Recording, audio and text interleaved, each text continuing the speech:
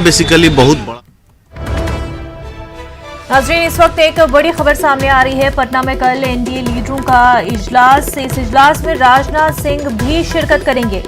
जराये के हवाले से काफी अहम खबर इस वक्त सामने आ रही है। पटना में कल एनडीए लीडरों का इजलास है, इस इजलास में राजनाथ सिंह भी शिरकत करेंगे। एनडीए लेजिस्लेचर पार्टी की मीटिंग में राजनाथ सिंह शिरकत करेंगे।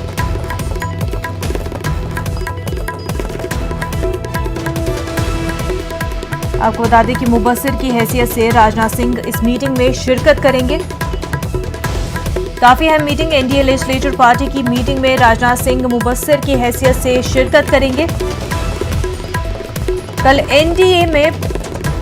एनडीए लीडरों की आपको बता दें पटना में इजलास है और इस इजलास में मुबस्सिर की हैसियत से राजनाथ सिंह भी मीटिंग में शिरकत करेंगे।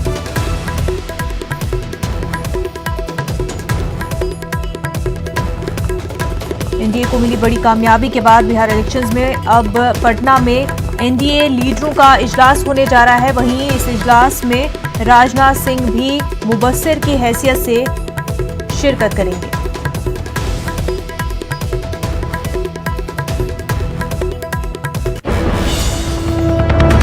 नाज़रीन, बुलेटिन में फिलहाल इतना ही। मजीद खबरों के लिए आप लॉग इन कर सकते हैं हमारी वेबसाइट news18urdu.com।